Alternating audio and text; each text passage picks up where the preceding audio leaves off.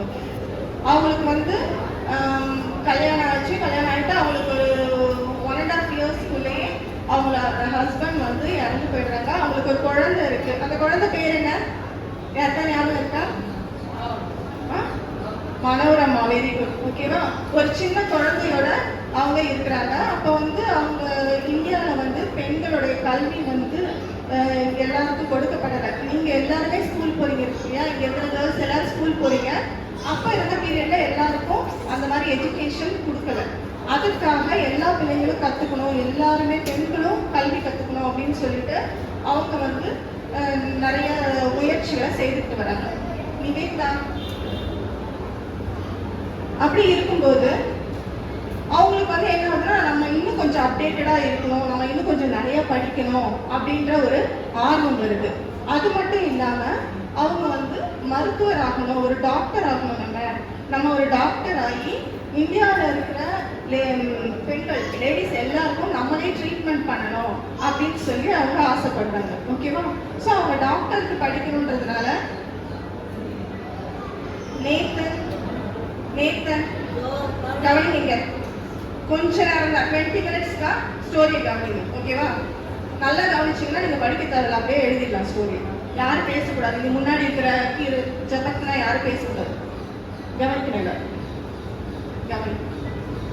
அப்போ அவங்க என்ன பண்றாங்கன்னா, அவங்க இங்கிலாந்து போய் அங்க போய் நம்ம மெடிசன் படிக்கணும் அப்படின்னு சொல்லி ஆசைப்படுறாங்க. ஓகேவா? எங்க போய் படிக்கணும்னு ஆசைப்படுறாங்க?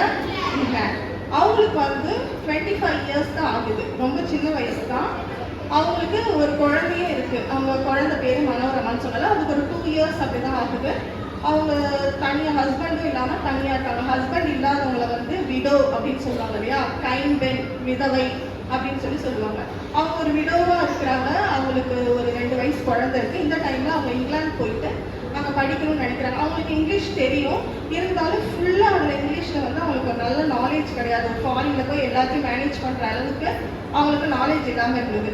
அதனால வந்து கூட இருந்தவங்களாம் என்ன சொல்றாங்கன்னா, நீ எப்படி போவ, நீ உனக்கு ரொம்ப கம்மியான வயசு, உனக்கு சின்ன குழந்தை வேலை இருக்கு, தனியா இருக்க, ஃபினான்ஷியலாகவும் உனக்கு எதுவும் சப்போர்ட் கிடையாது, நீ எப்படி இங்கிலாந்து போயிட்டு மெடிசன் படிக்க முடியும் அப்படின்னு சொல்லிட்டு அவங்களோட வெல்விஷர்ஸ் எல்லாரும் சொல்றாங்க அவங்களுக்கு இந்த மாதிரி.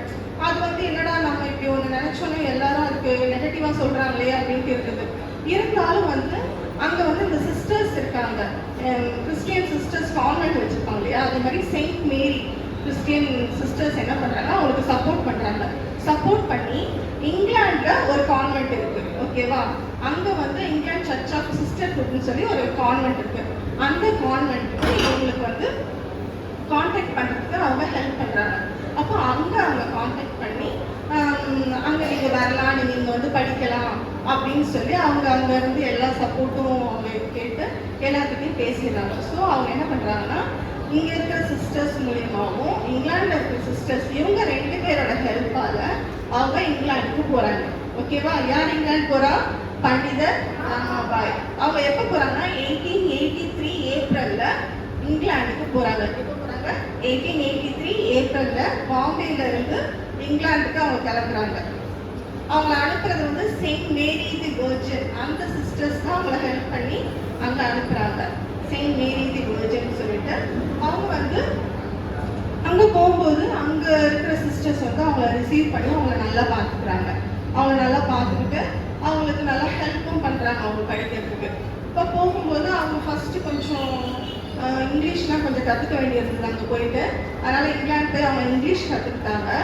கற்றுக்கிட்டு அவங்க போனது வந்து மெடிசன் படிக்கணும்னு சொல்லி போனாங்க இல்லையா?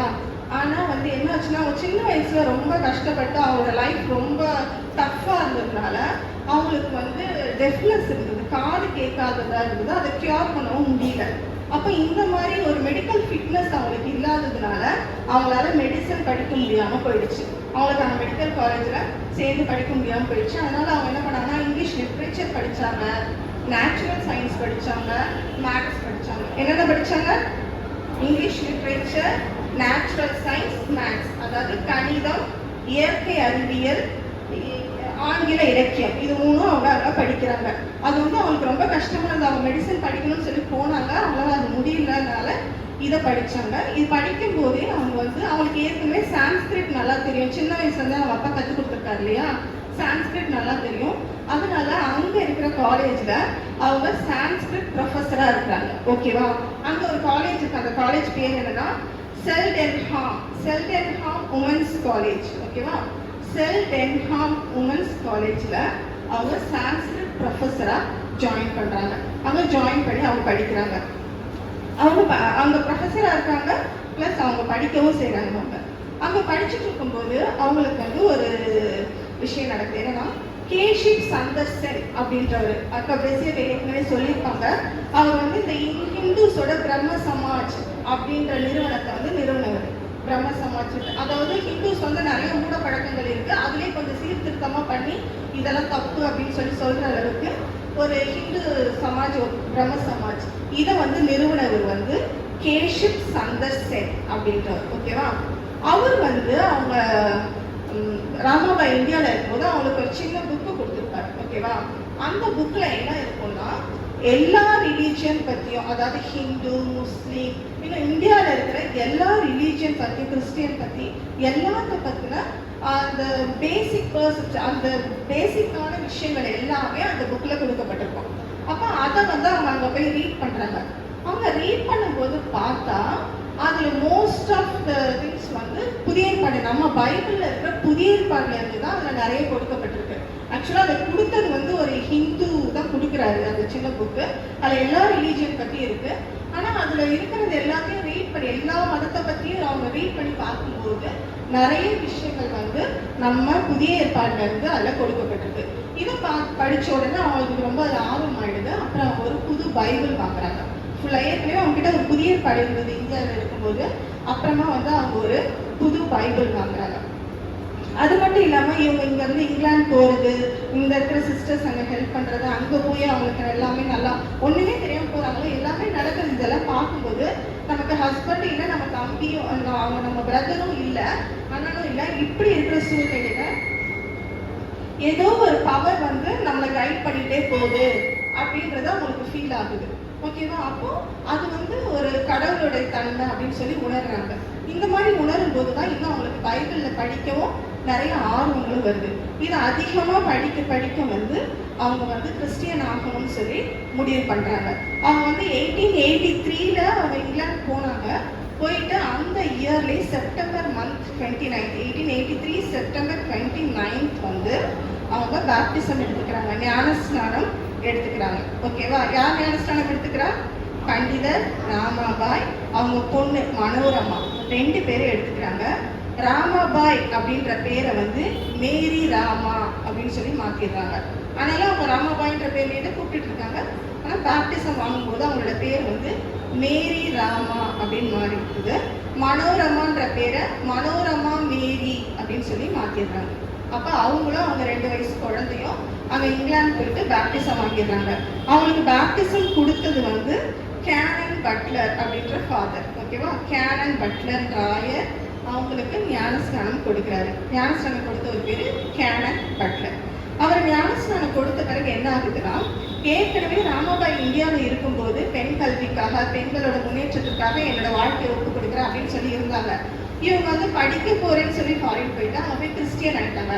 அப்போ இவங்க வந்து பணத்துக்காக தான் எல்லாமே பண்றான்னு சொல்லிட்டு இங்க இருக்கிற பிரஸ் மீடியா எல்லாத்தையும் வந்து ராமாபாயை பத்தி ரொம்ப நெகட்டிவா நிறைய அவங்கள வந்து எதிர்க்க ஆரம்பிச்சுட்டாங்க.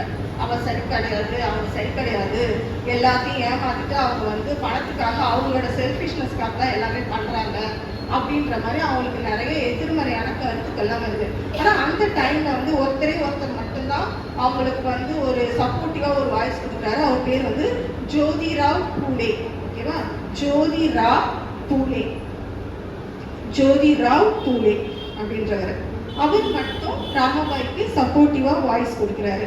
இந்த வாய்ஸ் கொடுத்தோம்னா அவங்க இருந்தாலும் அவங்களுக்கு வந்து ரொம்ப டஃப்பாக தான் இருக்கு டைமு.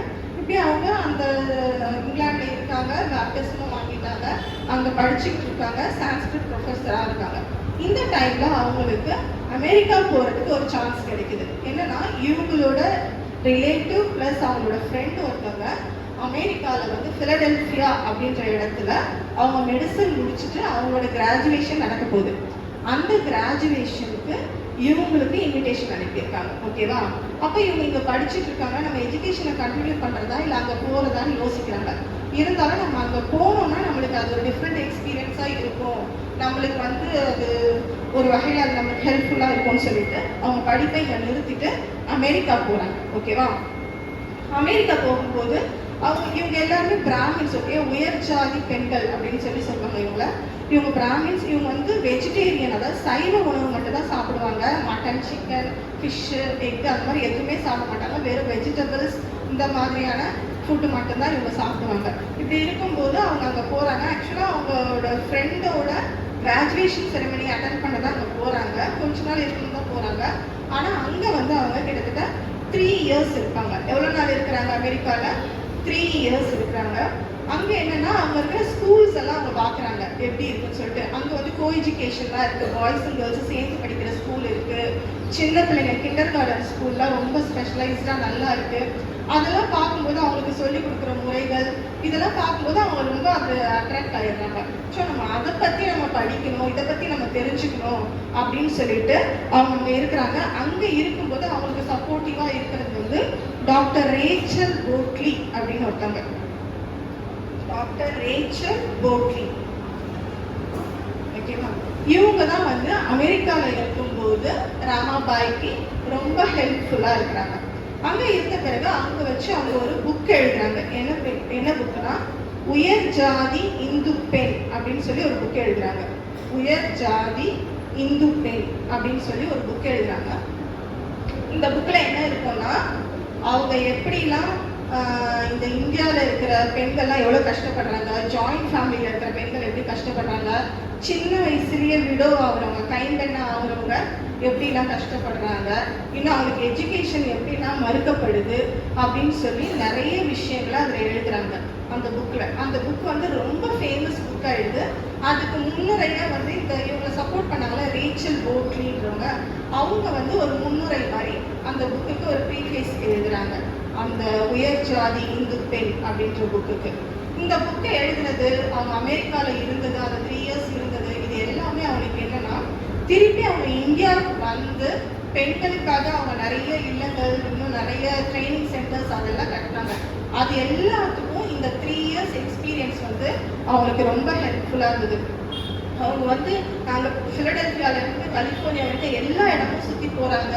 அங்கே இருக்கிறவங்க கிட்டலாம் இந்தியாவோட கண்டிஷன், இங்கே பெண்கள் எப்படி இருக்காங்க, இவங்களுக்கு என்னெல்லாம் தேவைப்படுது, அதுன்ற இந்த சொசைட்டி எப்படிலாம் இருக்குன்னு சொல்லி எல்லாத்தையும் எக்ஸ்பிளைன் பண்ணி நிறைய சப்போர்ட் அவங்க அது கேட்டுக்கிறாங்க.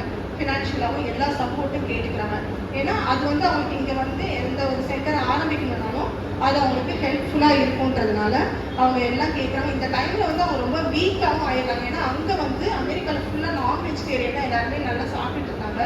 இவங்களுக்கு மோஸ்ட் ஆஃப் த டைம் வந்து ஒரு ரொட்டி, கொஞ்சோண்டு வெஜிடபிள்ஸு, சில டைம் வெறும் உருளைக்கிழங்கு இந்த மாதிரி தான் இருக்கும். அவங்களுக்கு ஒரு ப்ராப்பர் ஃபுட்டே அவங்க கிடைக்காம ரொம்ப கஷ்டப்பட்டுருக்காங்க. அதனால ரொம்ப ஹெல்த் வைஸும் அவங்க ரொம்ப வீக்காக இருக்காங்க. அவங்க வந்து ஒரு வாட்டி ஒரு பெரிய விருந்துக்கு போனாங்களாம். விருந்து அரேஞ்ச் பண்ணவங்க வந்து இவங்களுக்காக தான் விருந்து அரேஞ்ச் பண்ணாங்களாம். செம்மையாக நான்வெஜ்ஜில் நிறைய ஐட்டம் ரெடி பண்ணி வச்சுட்டாங்களாம். இவங்க வெஜிடேரியன் அவங்க யாருமே அவங்க கிட்ட சொல்லவே இல்லையா. போயிட்டு அவங்க எல்லாத்தையும் பார்த்தா எல்லாம் நான்வெஜ் ஐட்டமா. அவங்களுக்கு என்ன பண்ணுறதுனே தெரியலையா.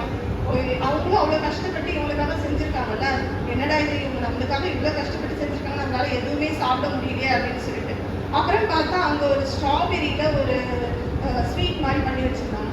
சரி இதை நம்ம சாப்பிடலாம் அப்படின்னு சொல்லிட்டு ஸ்ட்ராபெரியில் ஸ்வீட் மாதிரி பண்ணி அது மேலே அப்படியே பட்டர் எல்லாம் போட்டு ரொம்ப டேஸ்டியாக இருக்கிற மாதிரி அப்படியே அந்த லுக்கு நல்லா இருந்துதான். சரி அதை சாப்பிடலான்னு போகும்போது இது எப்படி செய்வீங்க அப்படின்னு ரொம்ப ஆசையாக கேட்டாங்க. அப்போ அவங்க சொன்னாங்களா, இந்த பன்றி இருக்குல்ல அதோட ஆயிலேருந்து இது பண்ணுறது அப்படின்னு சொன்னோன்னா அதுவும் அவங்களால சாப்பிட முடியாமல் போயிடுச்சான். ஸோ அப்போ வந்து விருது கொடுக்குறவங்களுக்கும் கஷ்டமாயிடுச்சோம், இவங்களுக்கும் கஷ்டமாயிடுச்சோம். இந்த மாதிரி அவங்க இந்த ஃபுட் வைஸ் வந்து அமெரிக்காவில் ரொம்ப கஷ்டப்பட்டிருக்காங்க. அதுக்கப்புறம் என்னாச்சுன்னா அவங்க நவம்பர் 1888 அமெரிக்காவிலேருந்து அவங்க ரிட்டர்ன் ஆகுறாங்க. எங்கே ரிட்டர்ன் ஆகுறாங்கன்னா இந்தியாவுக்கு ரிட்டர்ன் ஆகுறாங்க. வரும்போது அவங்க 2-3 கண்ட்ரி பார்த்துட்டு வராங்க. எங்கன்னா சான் பிரான்சிஸ்கோ, ஹாங்காங், சைனா, இது 3 வழியாக தான் வராங்க. அந்த இடத்துலையும் அவங்க கொஞ்சம் எக்ஸ்பீரியன்ஸை கேதர் பண்ணிக்கிறாங்க. ஓகேவா?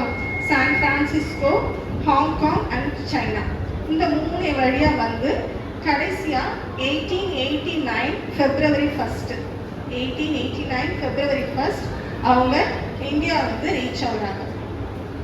ஓகேவா?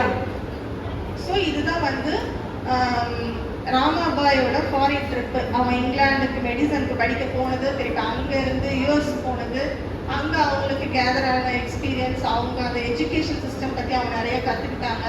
இது எல்லாத்தையும் முடிச்சு 1883 ஸ்டார்ட் பண்ணாங்க. 1889 ஆஃப்டர் 6 இயர்ஸ் அவங்க வந்து இந்தியா வந்து ரீச் ஆனாங்க. ஓகேவா? இந்தியா வந்து ரீச் ஆன உடனே அவங்க இங்கே நிறைய இந்த இந்தியாவோட உமன்ஸ்க்காக அவங்க நிறைய விஷயங்களை செய்கிறாங்க. அதுக்கு முன்னாடி இந்தியாவில் உமன்ஸோட கண்டிஷன் எப்படி இருந்தது அப்படின்றத நம்ம பார்க்கலாம். ஓகேவா? அவங்களோட விஷயங்கள்லாம் எப்படி இருந்தது அப்படின்னு சொல்லி பார்க்கலாம். கைம்பெண் அப்படின்னா தெரியுமா உங்களுக்கு? கைம்பெண்ணா என்னது? விடோ. ஓகேவா? விதவை அப்படின்னு சொல்லுவாங்க. கணவரை இழந்தவர்கள், கல்யாணம் ஆன பிறகு கணவரை இழந்தவர்கள் என்னன்னு சொல்லுவாங்க? விடோ அப்படின்னு சொல்லுவாங்க. இவங்களோட நிலைமை வந்து இந்தியாவில் ரொம்ப மோசமா இருந்தது. அவங்க எப்படி இருக்கணும்னா, ஒன்று ஒயிட் சாரி இல்லாட்டி மரூன் கலர்ல ஒரு சாரி, அது மட்டும் தான் கட்டியிருக்கணும். அப்புறமா வந்து அவங்க தலையெல்லாம் வந்து மொட்டை அடிச்சுக்கணும். மொட்டை அடிச்சுக்கணும்னா 15 days ஒன்ஸ் அவங்க வந்து அவங்க ஹெட்டை ஷேவ் பண்ணிகிட்டே இருக்கணும். கொஞ்சம் தடவை 15 days எவ்வளோ முடி வளர்க்கணும்? கொஞ்சோண்டு முடி தானே வளர்ந்துருக்கோம். 15 days ஒன்ஸ் அவங்க அதை ஷேவ் பண்ணிட்டே இருக்கணும். அடுத்து அந்த தலையையும் அவங்க அந்த சாரியால் மூடிக்கணும். ஒரு நாளைக்கு ஒரு வாட்டி தான் சாப்பிடணும். நம்ம எத்தனை வாட்டி சாப்பிட்றோம்? 3 வாட்டி சாப்பிடணும். அவங்க ஒரு நாளைக்கு ஒரு வாட்டி தான் சாப்பிடணும். எந்த ஃபங்க்ஷன், ஃபேமிலி ஃபங்க்ஷனோ, எந்த ஒரு திருவிழாவோ, ஊரில் நடக்கிறதோ, எந்த கோயிலில் நடக்கிறதோ, எதுவாக இருந்தாலும் எதிரியுமே அவங்க கலந்துக்க கூடாது. எந்த ஒரு ஃபங்க்ஷன்லையும் அவங்க கலந்துக்க கூடாது. ஒரு என்ன சொல்றது, ஒரு ஜெயிலில் இருந்தால் எப்படி இருப்பாங்க அந்த மாதிரி தான் அவங்க வீட்டுக்குள்ளே இருக்கணும். அவங்க அப்பா, அவங்க பிரதர், அவங்க வீட்டில் இருக்கிற ஆம்பளைங்களை தவிர வேற எந்த ஆம்பளைங்ககிட்டையும் பேசவும் கூடாது. அவங்களோட ஃப்ரெண்ட்ஸு கேர்ளாக இருந்தாலும் அவங்ககிட்ட நினச்ச நேரம்லாம் பேசவே கூடாது. இப்படி தான் வந்து ஒரு விடோ வந்து இந்த இந்தியாவில் ஒரு 100 years முன்னாடி இருந்தாங்க. விடோன்னு நீங்கள் ரொம்ப வயசானவங்க அப்படின்லாம் நினச்சிக்காதீங்க. விடோ வந்து அப்போது கணக்கெடுத்தப்போ 1889 அந்த டைமில் கணக்கெடுத்தப்போ கிட்டத்தட்ட 2,30,00,000 விடோஸ் இருந்தாங்க. ஓகேவா? எத்தனை பேர் இருந்தாங்க? 2,30,00,000 பேர். அதில் 10,000 பேர் 4 வயசுக்கு கீழே இருக்கிறவங்களாம். எத்தனை வயசுக்கு கீழே? 4 வயசுக்கு கீழே இருந்தாங்க. அப்போ அவங்களுக்கு 2 வயசுலேயே கல்யாணம் பண்ணி வச்சிருவாங்க. கல்யாணம் பண்ணி வச்சுட்டோம்னா அவங்க ஹஸ்பண்ட் இறந்துட்டாங்கன்னா அந்த பொண்ணு விடோ. அதுலேருந்து அந்த பொண்ணு வந்து மொட்டை அடிச்சுக்கணும், தங்க நகை, வெள்ளி நகை எதுவும் போடக்கூடாது, ஒரு ஒயிட் சாரி கட்டிட்டு இருக்கணும். அப்படிதான் இருக்கணும். 50,000 பேர் 5 வயசுலேருந்து 10 வயசுக்குள்ள இருக்கிறவங்களாம். ஸோ உங்களை விட உங்கள் வயசு, உங்கள் ஏஜ் குரூப்பை விட சின்ன பிள்ளைங்களே கிட்டத்தட்ட 60,000 விடோஸ் இருந்தாங்களாம் ஒரு 150 years முன்னாடி இந்தியாவில். ஸோ அப்போ நிறைய விடோஸ் பார்த்தீங்கன்னா எல்லாருக்கும் 14-15 வயசு அப்படிதான் இருப்பாங்க. ஏன் இந்த சின்ன வயசுல இவ்வளோ விடோஸ்னா, அப்போ வந்து குழந்தை திருமணம் அதிகமாக இருந்தது. குழந்தைய யாருக்கு திருமணம் பண்ணுவாங்கன்னா ரொம்ப வயசானவங்க, எத்தனை வயசாக இருந்தாலும் பண்ணிடுவாங்க. 50 வயசு அப்படின்னாலும் எப்படி இருந்தாலும் பண்ணிடுவாங்க. அப்போ அப்படியெல்லாம் பண்ணும்போது அவங்க வயசாகி சீக்கிரம் செத்துருவாங்கல்ல ஆம்பளைங்க. அப்போ இந்த பிள்ளைங்கெல்லாம் விடவாயிடுவாங்க. அப்போ இந்த மாதிரி குழந்தையா சின்ன வயசு விடோஸ் வந்து நிறைய பேர் இருந்தாங்க. இன்னொன்று வந்து ஒரு பொண்ணு வீட்டில் கல்யாணம் ஆகாமல் இருந்துச்சுன்னா அது ரொம்ப பெரிய தப்பு அப்படின்னு சொல்லிட்டு யாருனாலும் யாராவது ஒரு பொண்ணை கல்யாணம் பண்ணிக்கிறேன்னு வந்தாங்கன்னா உடனே கல்யாணம் பண்ணி கொடுத்துருவாங்களா. அவங்களுக்கு என்ன வயசாக இருந்தாலும் பரவாயில்லன்னு சொல்லிட்டு கல்யாணம் பண்ணி கொடுத்துருவாங்களா. அவங்க பொண்ணு காத்துக்கக்கூடிய வேற இது காசையும் கொடுத்துருவாங்களா, வரதட்சணையாக நிறைய கொடுத்துருவாங்களாம். இப்படி வரதட்சணை நிறைய வருதுன்னு சொல்லிட்டு சிலர்லாம் என்ன பண்ணுவாங்களா, டிராவலர்ஸ் மாதிரி ஊர் ஊராக போய் நிறைய பொண்ணை கல்யாணம் பண்ணிப்பாங்க. கல்யாணம் பண்ணிட்டு திருப்பி அந்த பொண்ணுங்களை பார்க்கவும் மாட்டாங்களா, அந்த பொண்ணுங்களோட வாழவும் மாட்டாங்களா, அவங்க அப்படியே விட்டு போயிருவாங்க. அப்போ அந்த பீரியட்ல இருந்த ஒரு ஆள், ஒரு பிராமணர், ஒரு புலின் அப்படின்ற இட பிராமணர்னா குறைஞ்சது ஒரு 50-70 வயசு இருப்பாங்க. அப்போ ஊர் ஊரா போய் கல்யாணம் பண்ணிட்டு அது ஒரு ட்ரேடிங் மாதிரி பண்ணிட்டு இருந்தாங்க. ஒரு போய் கல்யாணம் பண்றது, அங்கே அவங்க கொடுக்குற வரதட்சணை வாங்கிட்டு திருப்பி அடுத்த ஊருக்கு போகிறது.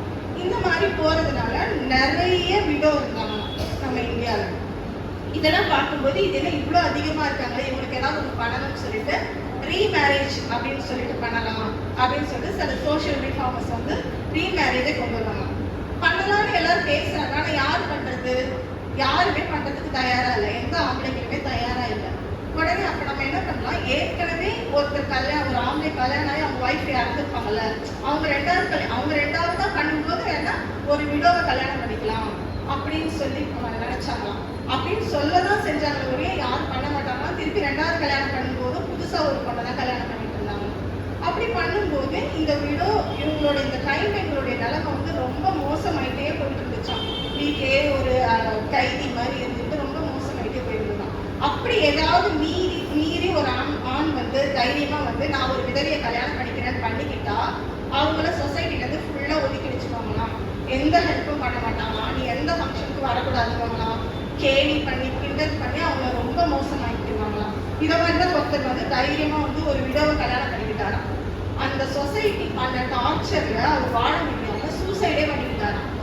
அந்த மாதிரியான ஒரு நிலைமை வந்து இந்தியாவில் வந்து பெண்களுக்கு இருந்திருக்கு அந்த காலத்துல. அப்பதான் வந்து இவங்க ராமாபாய் வந்து அமெரிக்கால அங்க இருந்த பணங்கள் அது எல்லாத்தையும் வச்சு அவங்க வந்து ஒரு பெண்களுக்கான ஒரு பயிற்சி மையம் சொல்லி ஒண்ணு ஆரம்பிக்கிறாங்க. அப்ப ஆரம்பிக்கும் போது அந்த ஊர்ல வந்து கங்காபாய் அப்படின்னு ஒரு விதவை இருக்கா. அவளுக்கு வந்து என்ன வயசுனா 15 வயசு. அவளுக்கு ஒரு ஒயிட் சாரி கொடுத்துட்டாங்க. கங்காபாய்ன்ற பொண்ணுக்கு 15 வயசுல ஒரு 10th 9th 10th படிக்கிற வயசுல ஒரு ஒயிட் சாரி கொடுத்துட்டாங்கன்னா ஒரு வேலை தான் சாப்பாடுன்னு சொல்லி கொடுத்துருந்தாங்க. மொட்டையும் அடிச்சு விட்டுட்டாங்கன்னா அவளுக்கு ரொம்ப கஷ்டமா இருந்துதான். அவன் ஹஸ்பண்டோட சொத்து எல்லாத்தையும் அவங்க ஹஸ்பண்டோட தம்பி வந்து ஏமாத்திட்டாங்களாம். இவளுக்கு சாப்பாட்டுக்கே ரொம்ப கஷ்டமா இருந்துதான். சில டைம் ரொம்ப பிச்சை எடுக்கிற நிலைமைக்கு அவ போயிட்டா போல. பிச்சை எடுக்க போனாலும் ரொம்ப இவளை வந்து தகாத வார்த்தைகளால பேசி ரொம்ப டார்ச்சர் பண்ணிட்டு இருந்தாங்க. அப்ப என்ன பண்ணாலும் இவ நம்ம ராமாபாய் அவங்களோட ஹாஸ்டல்ல போய் சேர்ந்துடலாம் அப்படின்னு சொல்லி அந்த சென்டருக்கு போயிடலாம் அப்படிங்கும் போது ஐயோ அவங்க வேற கிறிஸ்டியன் ஆயிட்டாங்கல்ல, அங்க எப்படி போவாரு, நான் உங்க சமூகத்துக்கிட்டே உன்னை ஒதுக்கிடுவோம், நீ எங்க இதுலயே சேர மாட்டா அப்படி இப்படின்னு ரொம்ப பயமுறுத்தாங்களாம். என்ன பயமுறுத்தினாலும் பரவாயில்ல நான் அங்க போவேன்னு சொல்லிட்டு அந்த பொண்ணு அங்க போயிட்டு போய் சந்தோஷமா இருந்தாலாம். நைட்டும் பகலும் நல்லா ப்ரேயர் பண்ணுவாங்களாம். ப்ரேயர் பண்ணி ஜாலியா இருந்தாலாம். அப்ப அவ சொன்னால நான் அடுத்த ஜென்மத்துல வந்து பொண்ணா பிறக்கக்கூடாது, நான் ஒரு பறவையா பிறந்து ஜாலியா வானத்துல பறந்துகிட்டே இருக்கணும் அப்படின்னு சொல்லுவாங்க. ஏன்னா ஒரு விதவையா இந்தியாவில் ஆகுறதுன்னா அது அவங்க முற்பிறவியில செய்த பாவம் அப்படின்னு சொல்லுவாங்களாம். ஒண்ணு அவ வந்து யாரையாவது கொலை பண்ணியிருப்பா, இல்ல ஏதாவது கீழ்ப்படியாம இருந்திருப்பா, அதனாலதான் இந்த வயசுல அவளுக்கு வந்து விதவை ஆயிட்டா. ஒரு 3 வயசு 4 வயசு குழந்தை வந்து ஒரு பிறவியில செய்த பாவத்தினால இந்த ஜென்மத்துல விடோவா இருக்கிறா அப்படின்னு சொல்லுவாங்களாம். அது மட்டும் இல்லாம விடோவே 3 வகை இருக்காங்களாம். அவங்களுக்கு விடோவுக்கு ஒரு பையன் பிறந்திருந்தா ஓகே பரவாயில்லன்னு சொல்லி கொஞ்சமாவது இது காமிப்பாங்களாம். இல்ல அவங்க ஒரு வயசானவங்களா இருந்தாலும் ஒரு 30 வயசு 40 வயசு அப்படி இருந்தாலும் ஓகே அப்படின்ட்டு. ஒருவேளை அதுக்கும் கீழே சின்ன வயசுல இருந்துட்டு அவங்களுக்கு ஒரு பொண்ணு வேற பிறந்ததுன்னா அவங்க வந்து உலகத்திலே யாருமே செய்யாத ஒரு பெரிய குற்றத்தை செஞ்சாததுனாலதான் அவளுக்கு இந்த வாழ்க்கையில இந்த ஒரு நிலைமைன்னு சொல்லிட்டு அவன் வாழ்நாள் ஃபுல்லா பயங்கரமான டார்ச்சர் அனுபவிக்கணுமா. ஒண்ணு அவளுக்கு 2 ஆப்ஷன் தான். ஒண்ணு இந்த டார்ச்சர் அனுபவிக்கணும், இல்லாட்டி அவன் தற்கொலை பண்ணி சாகணும். இந்த மாதிரியான ஒரு நிலைமை தான் ஒரு 150 வருடங்களுக்கு முன்பாக நம்முடைய இந்தியாவில் ஒரு பெண்களுடைய நிலையா இருந்தது. இதுதான் வந்து ராமாபாய் வந்து மாற்றணும் அப்படின்னு ஒரு முற்போக்கு கருத்தோட நிறைய செயல்பாடுகளை இணைந்தாங்க. அவங்க என்னென்னலாம் செஞ்சாங்கன்றத வர லெசன்ஸ்ல நம்ம பார்க்கலாம். தேங்க்யூ.